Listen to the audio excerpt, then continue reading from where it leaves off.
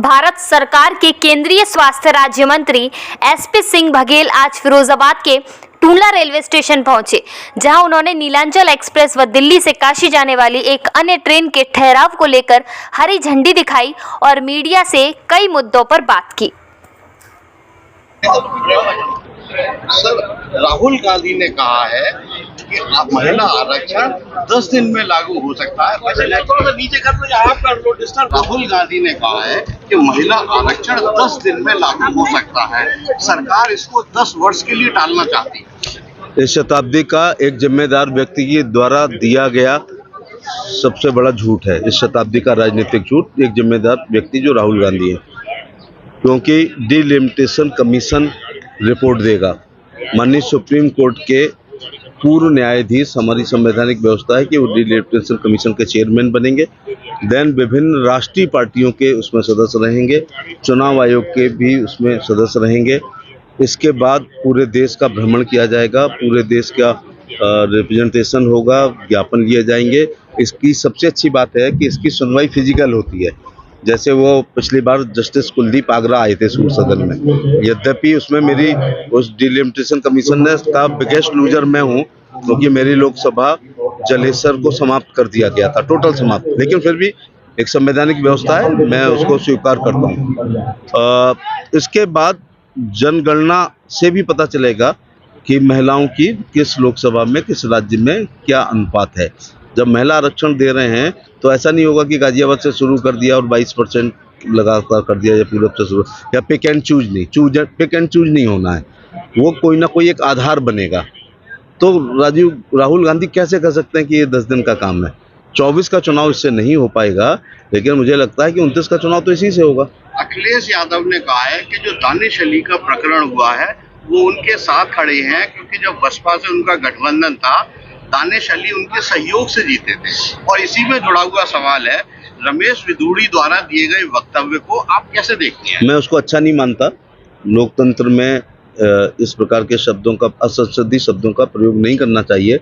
लेकिन मैं तारीफ करना चाहूँगा कि उस समय सदन में हमारी उस समय सबसे बड़े नेता राजनाथ सिंह जी थे, जिन्होंने निजी तौर से खेद व्यक्त कर लिया है। इसके बाद ये समाप्त हो जाना चाहिए मामला। और माननीय स्पीकर साहब ने वो तमाम आपत्तिजनक शब्द और असंसदीय शब्दों को एक्सपंज कर दिया था तुरंत। लेकिन राजनाथ सिंह जी बड़े दिल से उन्होंने निजी तौर से स्वयं माफी मांगी और उसके बाद दानिश अली ने फिर कुछ नहीं कहा।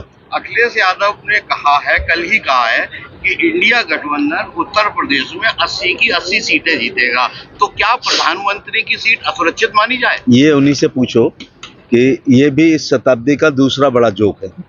ऐसा ही एक जोक हम सुन चुके थे जब 2022 के चुनाव के पूर्व उन्होंने 403 में शायद 401 सीटों को जीतने का किया था। लेकिन आप नहीं पूछते हो ना उन लोगों से कि साहब 401 आपने कहा था, फिर अब आप 120 पे कैसे समझ गए?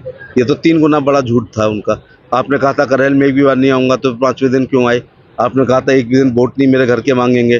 तो एक नई घटना हुई थी कि धर्मेंद्र के पिताजी श्री अभय सिंह जी कभी वोट नहीं मांगे थे अपने बेटे के लिए, तो वो भी मांगे। डिम्पल जी मांगी, राम गोपाल मांगे, शिवपाल मांगे, अक्षय मांगे, तेज प्रताप मांगे, और नेताजी को उस मानसिक और शारीरिक स्थिति में आना पड़ा। तो ये तो फिर उन्होंने कहा था कि क्या नाम, उन्होंने कहा था कि जमानत जब्त करा देंगे। तो मैंने कहा था ये जमानत बच गई, जमानत चली गई तो आप थूकना हम चाटेंगे, और बच गई तो फिर आप करेंगे क्या जो मैं करने को तैयार हूँ। तो ये बड़बोले बयानों के बाद आप लोग उनसे पूछते नहीं है कि आपके पिछले बड़बोलेपन का क्या हुआ। तो ये जो इंडिया गठबंधन है, चचा चाणक्य ने बहुत साल पहले कहा था कि यदि कोई राजा बहुत लोकप्रिय होगा, जैसे मोदी जी हैं, तो दुश्मन का दुश्मन हमारे दोस्त के सिद्धांत पर दुर्लभ संधियां और दुर्लभ गठबंधन हुआ करेंगे। ऐसा ही गठबंधन ये एक शेप ले रहा है। इंडिया में जो लोग नेता हैं उनका उत्तर प्रदेश में ना तो एडमायरर कोई है ना वोटर है। हम थोड़ा डर रहे थे सपा बसपा के गठबंधन से, लेकिन मुझे बताते हुए खुशी हो रही है कि आगरा दलित बाहुल और समाजवादी पार्टी का मुस्लिम बाहुल, और देहात में जलेसर आप जानती हैं क्या। इसके बावजूद सपा बसपा का गठबंधन होने के बावजूद 2,35,000 से मैं चुनाव जीता हूँ। मैं नहीं जीता हूँ, सभी लोग जीते हैं। सपा बसपा गठबंधन के बाद जब बहन जी ने अक्षय यादव को 1 लाख के ऊपर वोट डाला है, तब चंद्रसेन जादव जी यहाँ पर मेंबर ऑफ पार्लियामेंट के रूप में आपके बीच में विराजमान। एक पहली बार मैं आपके नेशनल चैनल को एक नई बात कह रहा हूँ, और वो ये है कि ये सेफई वाले युद्ध का मैदान खुद चुनते हैं जो फेवरेबल होता है। उदाहरण के तौर से देश कहो, क्योंकि नेशनल पार्टी है, देश की 5 प्रमुख सीटों पर ये चुनाव लड़ने गए, आजमगढ़, फिरोजाबाद, कन्नौज, मैनपुरी और बदायूं।